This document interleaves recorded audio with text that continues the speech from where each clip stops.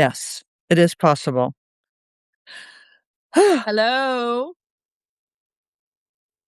How are we? Everybody, I took off my pajama t-shirt, which had kangaroos on it holding machine guns, that I was wearing all day, for all of you. I just want everybody to know that I'm not wearing one. I'm not wearing my. Wear it next week. I'm sure some people would like to see it. Oh no, it's this it was this Australian band that we left after like 5 minutes because they absolutely stunk and they felt that we needed to hear their political views, Australian political views on the stage in Washington DC. But my friends went to the concession and bought me this t-shirt which was all these kangaroos holding these machine guns. Come on. Was this last night? No, God no, it was like 3 years ago. Oh, because last night apparently Bruce Springsteen let forth his political views. I know you're not a fan. So but Stephen met I'm him. from Springsteen country, and so I like the music. Yeah, well, so Stephen met him, and Stephen is a big fan of Bruce Springsteen's. Okay. I'm not, but so Stephen Of met the music him or the politics or both? he likes the music a lot. No, Anyway. I mean you. Oh, neither. Duh. I mean, I like Thunder Road. That was a good album. But And Born to Run. I mean, because when he sings about like Highway 9 or all that stuff, like that's where I grew up. I grew up in the town next to Bruce Springsteen. So there's a song called Freehold, which is the name of his town, and Freehold is right. We were in the same like school township or whatever. Well, coming back to my fascinating story, Stephen met him at a fancy dinner in New York, and he was very excited because he was meeting Bruce Springsteen. And he said, "Oh my God, so dumb." Really? Oh yeah, and that's Stephen who loves Bruce Springsteen. Yes, so yeah, so dumb. So anyway, I don't really care what his politics are. Sometimes you have to look past it. Sometimes for me, it's just like I don't like you enough to look past it, so bugger off. So that was kind of my attitude in the first place. But anybody Hi, who Aaron. loves anybody who loves Bruce Springsteen, feel free to differ. Anyway, what are we going to talk? God, you know something? I haven't written anything since last week. Me neither. I took the week off. I'm sorry, everybody. I'll apologize. I just needed a break. I didn't need a break. I have not. You're also breaking because now you're mute. I am. No, I'm not. Oh no, you're not. I was mute. Sorry. Remember when we say same bat channel, same old bats? Yeah, you're living that dream. Yeah, I took a break. I have to get back to it. But I have no. I keep texting my little sort of close, inner circle, saying, "What's going on, Iran?" And everybody's like, "Yeah." Nobody knows. No, nobody knows.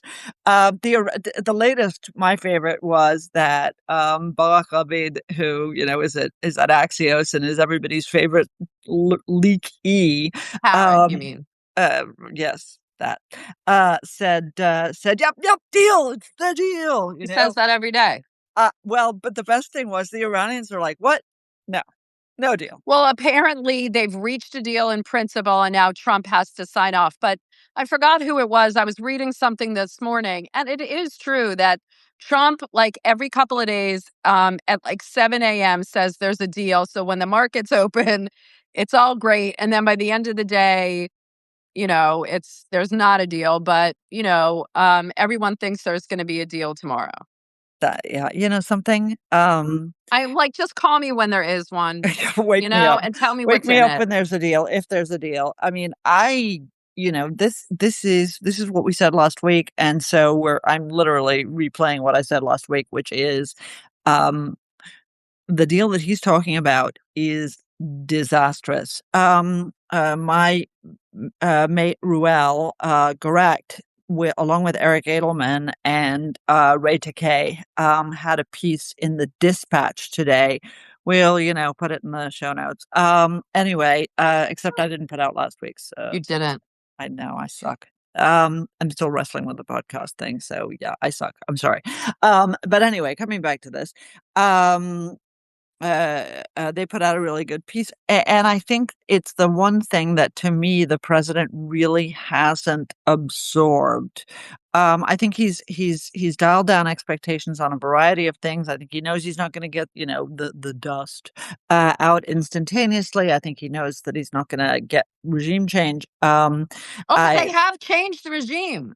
Oh, yeah, it's worse. Right. Right. But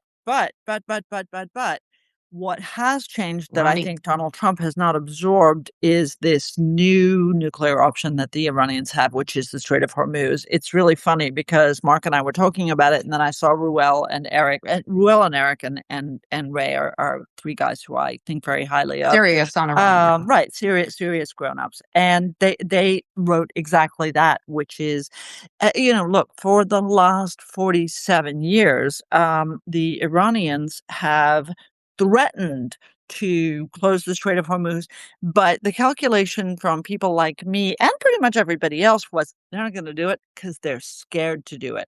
Well, this time they did it for the very straightforward reason that they thought this was their nuclear option, Do you right? know where you heard this about 3 or 4 weeks ago? Yeah. Here. On Hot Takes Happy Hour. Yeah, I know, we said the same thing.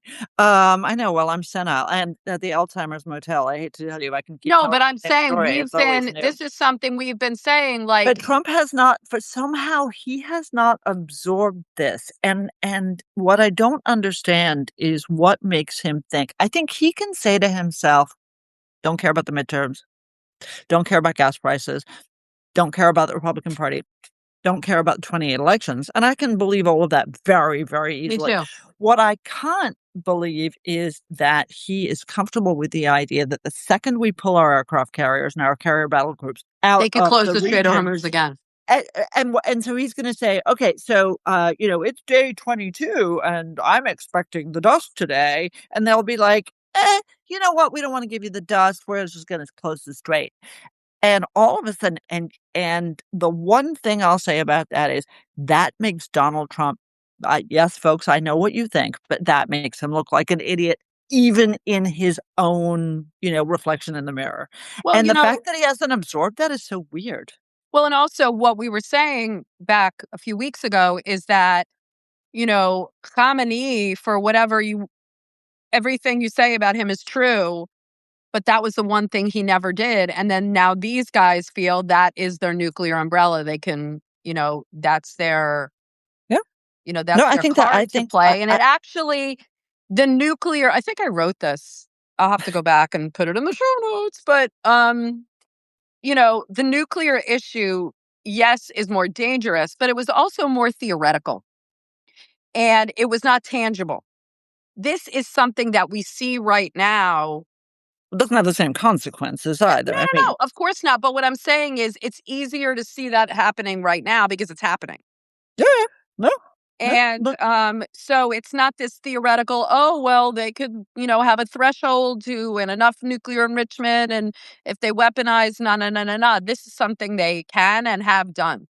So, Yep. um, No, I know. And for them, and now having done that, it's like Elizabeth Taylor getting married. It's only the first time that's hard. Afterwards you're just the barriers are down and you just keep doing it. And right. I think for the Iranians having done this, it's important because, we had years and years ago, we had a scholar at AEI named Matt McInnes who, a smart guy, came out of the Defense Intelligence Agency, and he wrote a really interesting piece that a lot of people didn't like, but it was fundamentally about how Iran playing that Iran was in many ways a defensive power, that they Mhm. didn't like to wield power on their own. They liked to subcontract to people who Yeah. were dispensable, The right? proxies. Yeah. Right, to the proxies to others, and that they very rarely would put themselves on the line. That's another barrier, psychological barrier that they've crossed. They are no longer a defensive power, and the fact that they hit us, America, last night, hit our forces, and that we said, "Not a violation of the It's, ceasefire," yeah. is that tells you everything you need to know. That's such a signal of weakness. Well, it goes back a couple of days. They were laying more mines in the strait, so the US hit them. And then they hit them again. And they said last night, because I did something for, I don't know, NBC or something like that. And they said, oh, well, the president says this is not a violation of the ceasefire. And I said, you know what the enemy has to say? They can say whether it's a violation of Well, their. obviously, it's a violation of the So what ceasefire. I'm saying, the US hitting them. And so overnight, they hit back. And that's where you say even that isn't a violation. So, I mean, the ceasefire is nothing. No, this whole thing is a bit of a circus, I'm afraid. And again, we've defined deviancy down so much in Washington that we don't talk enough about the inferences that other countries draw from this. And yeah, the Russians are having serious problems right now with Ukraine.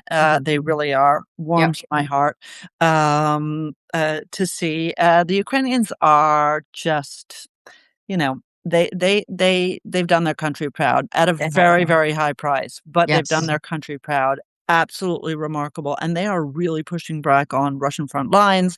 They are really making inroads against pretty established Russian lines, including Russian supply And lines to also Crimea.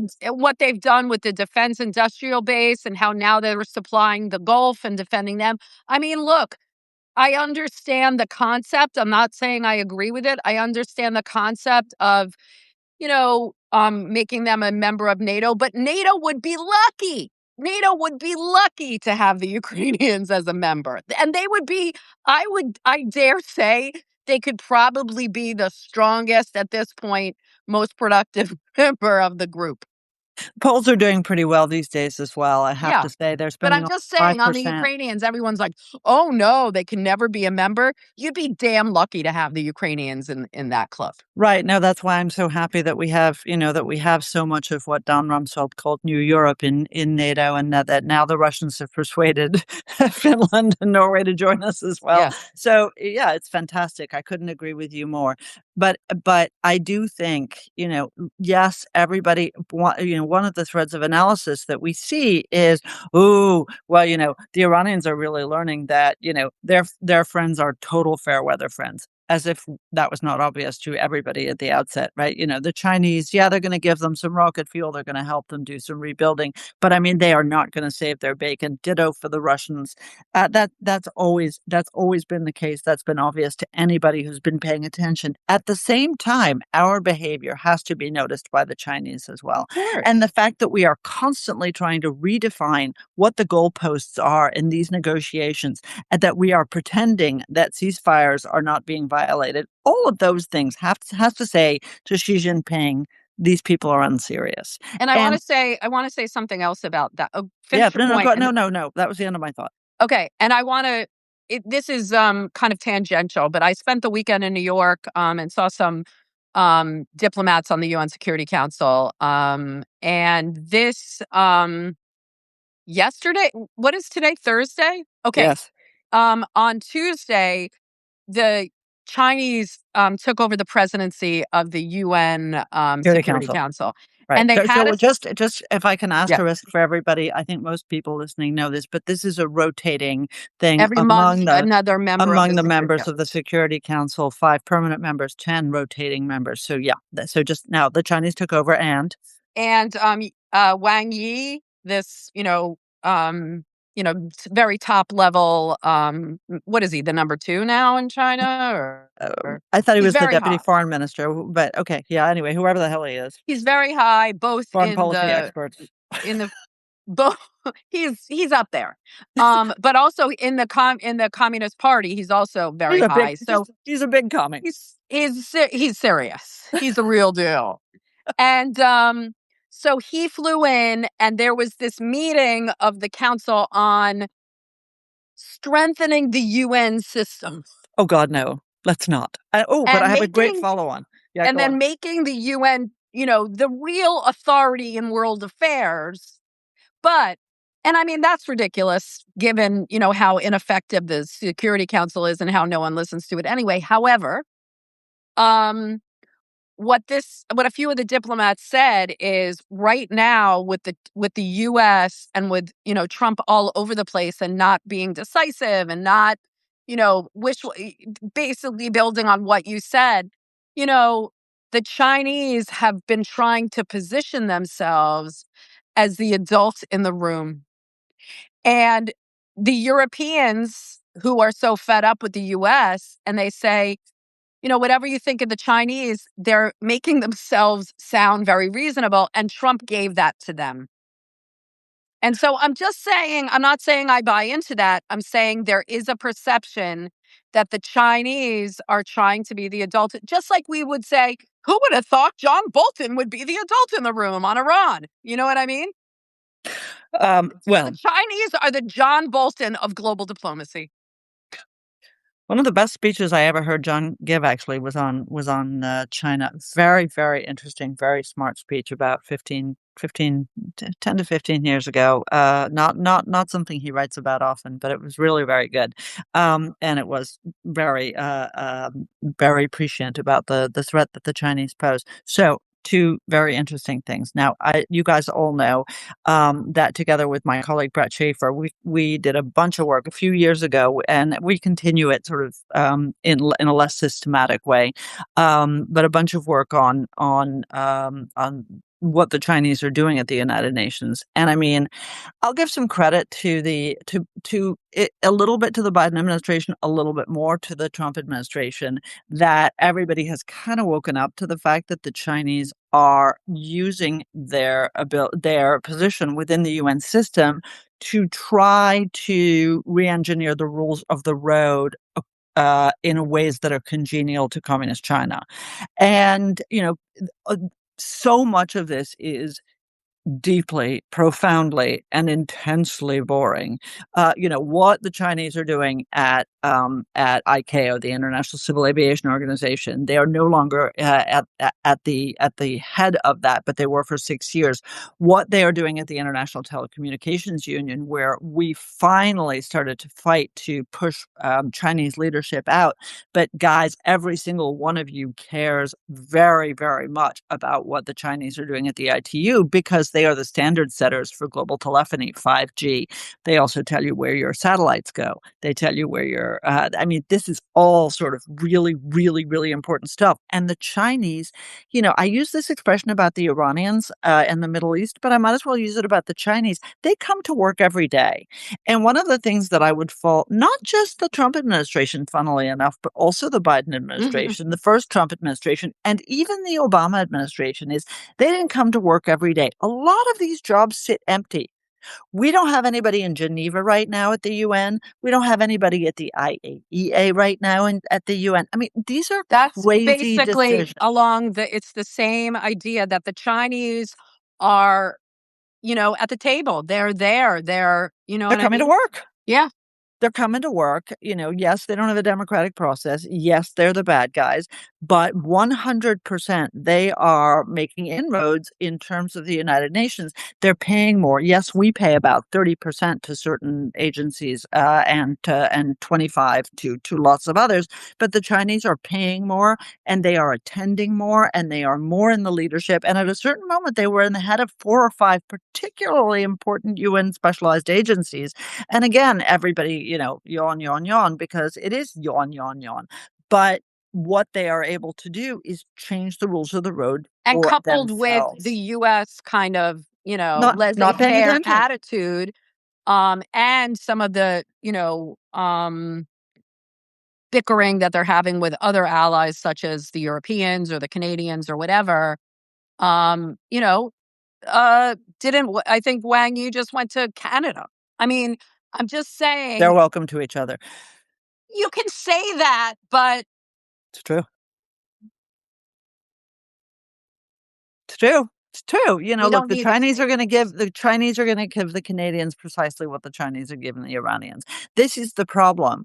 Nature abhors a vacuum, but at the end of the day, the Chinese can try to fill it, but they are not the partners these are not the partners you're looking for, to I paraphrase think my that's Star Wars totally friend. fair, but it's I'm talking more about the vacuum.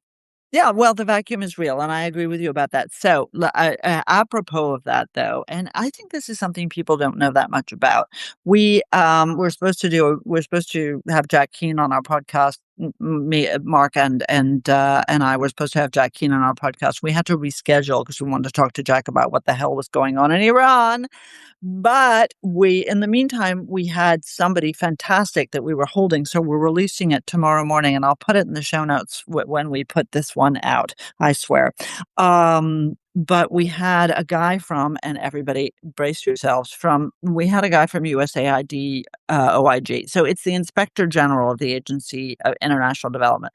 AID is the American government's development arm. It was, by the Trump administration, folded into the State Department. That intrinsically is not an objectionable idea. Their IG, their Inspector General, is statutorily separate. It's statutorily created, so it can't be abolished with AID and folded into the State Department. They have been investigating what the UN refuses to investigate, which is the complicity of UNRWA and Hamas and October 7th. And what they have discovered is staggering. Brett Schaefer and I wrote about this for the Dispatch, I think earlier this week, last week, I don't know, sometime. But Adam, who is a lawyer and is their deputy, a deputy in the Inspector General's office, talked to me and Mark about it on the podcast, and I really recommend it to everybody. You would not believe, apart from anything else, just this one little factoid for everybody. And you and I are being really serious today, by the way. We need to stop that. But one little factoid for everybody. So, by treaty, people who work at the United Nations and in the United Nations specialized agencies have privileges and immunities, a lot like diplomats. Our diplomats overseas, foreign diplomats over here, those privileges and immunities are supposed to apply to the work that they do, but they can sometimes apply even if you run somebody over, for example, by mistake. Now, by mistake, yeah, well, or on what purpose. If you do it on purpose? Do you have? Well, I don't know. I can't speak to that because I'm asking for a friend. I'm so often tempted to run people over in the District of Columbia. I can't tell you, but the United Nations fired nine people who worked for UNRWA. They are required by law to give the United States, which is was a massive UNRWA funder. And when I say massive, I'm talking about $350 million in 2024. They are required to give us their internal investigation. They redacted it, including redacting out the names, and they have refused to waive privileges and immunities for these people who not were members of Hamas. There you can say, again, I disagree entirely, but these are people who participated in October 7th. These are members of UNRWA who are being paid by U.S. taxpayer dollars, who participated in the murder, the rape, and the kidnapping that happened on October 7th, 2023 in Israel. They were fired by the United Nations. There was a court case brought by American family members against UNRWA, and the Secretary General has refused to waive their privileges and immunities. And so a judge threw out the case in the state of New York. It boggles the mind what is going on with this stuff. And the Inspector General is going to come out with a report. They've had an interim report, but they're going to come out with a report that suggests that they believe that there are more than 1,500 people who are employed by UNRWA who are members of Hamas. Members of Hamas? Yeah. Card-carrying members of the different card-carrying. Adam goes through all of it on the podcast. Listen to it.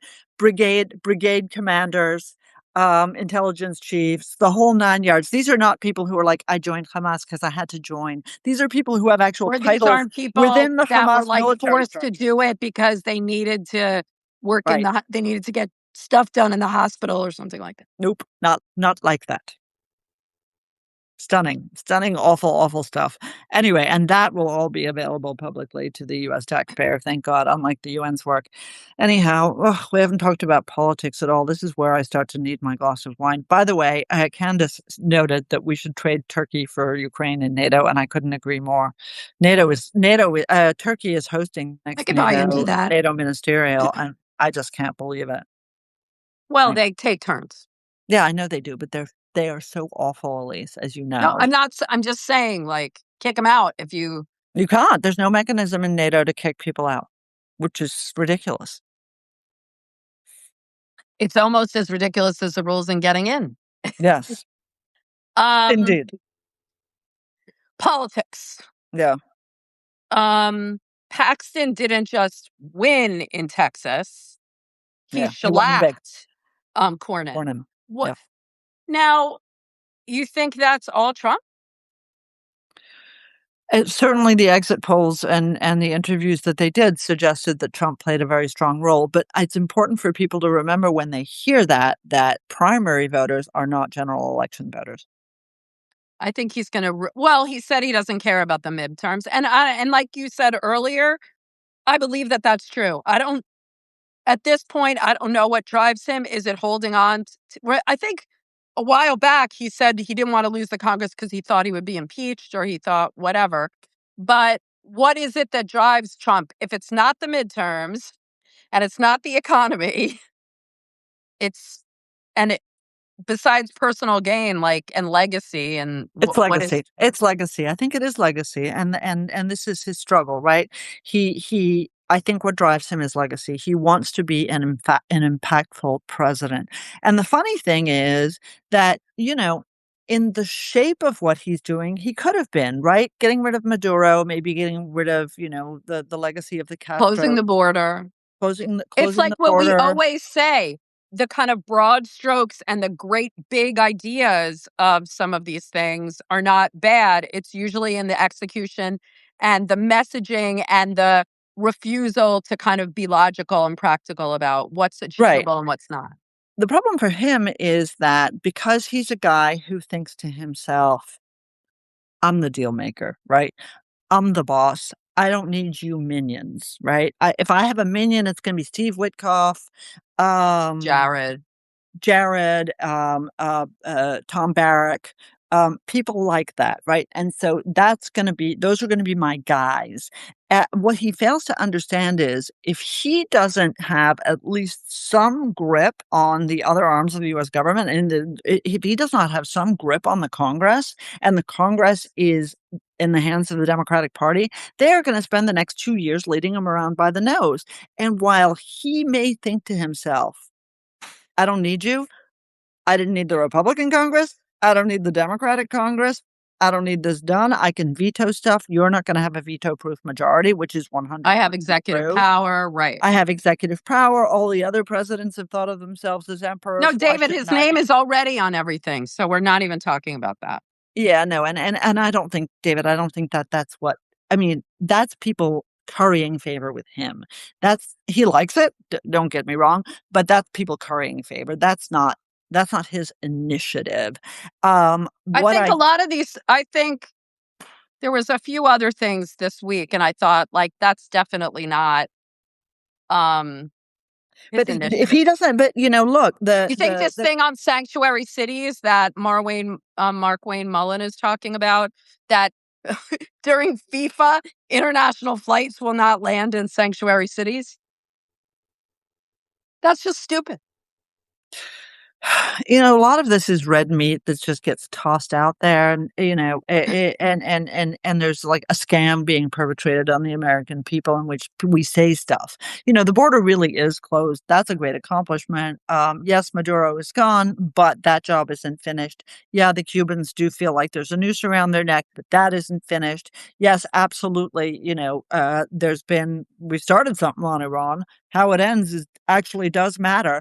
And if the narrative is in part controlled by a democratically controlled Congress, which is I would say a dead cert for the House, and likely getting more likely for the Senate, because Trump has been so indifferent to the fate of the party and for the midterms, then the narrative is going to change for him, and I don't think he appreciates that sufficiently. And well, he's the one who's going to pay the price, him and obviously the rest of us. Back to But another thing that you said about he thinks he's the deal maker. And I think we can look at this with Iran, and all these other things. A deal, you can't impose, I mean, you can impose a deal maybe on Cuba when you know what I mean? But you can't impose a deal on someone without giving them something that they need, or at least thinking that they got something out of it. And, maybe at some point years ago, he was a better deal maker.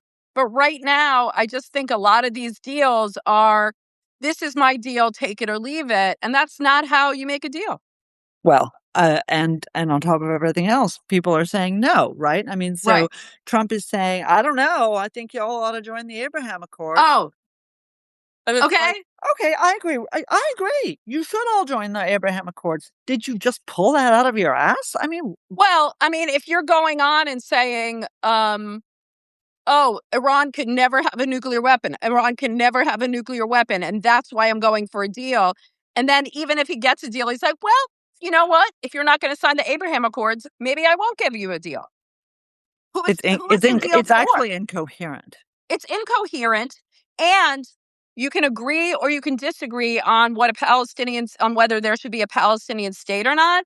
But the Saudis have said, we will join your Abraham Accords. The answer is yes. Just give us a little morsel of a Palestinian state.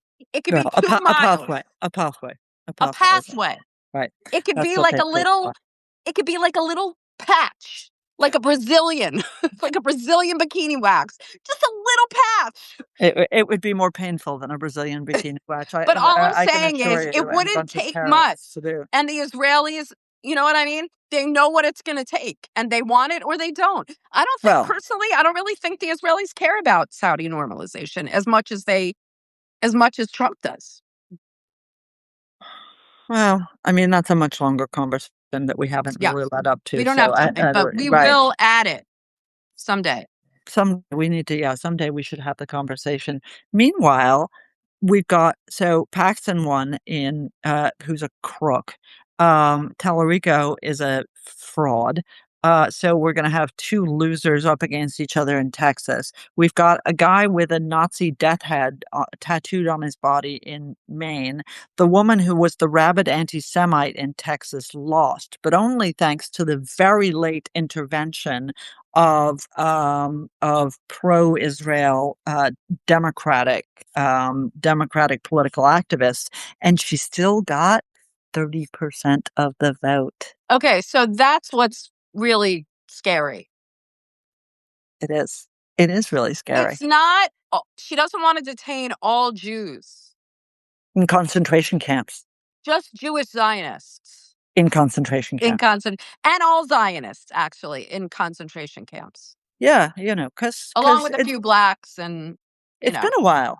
I mean, yeah, it's been a while since we've had a Holocaust, and we and should have and detention centers. and, I mean, and ethnic and and ethnic like cleansing. it's been the Japanese internment camps were a long time ago, Dany. You're right. You know, maybe it's These are time gonna, to try some of these things again. yeah. Elise, it's that kind of fresh thinking that's going to propel you to a Senate seat one day.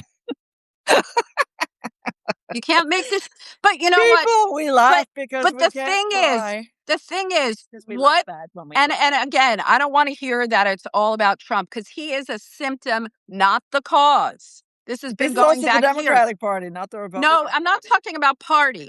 I'm talking about what is it that candidates on both sides can put out the most outrageous shit and they get 30% of the vote on both sides. There are some Republicans that are putting out some pretty crazy shit too. I know And it. I've they'll seen get it. And they win the primary.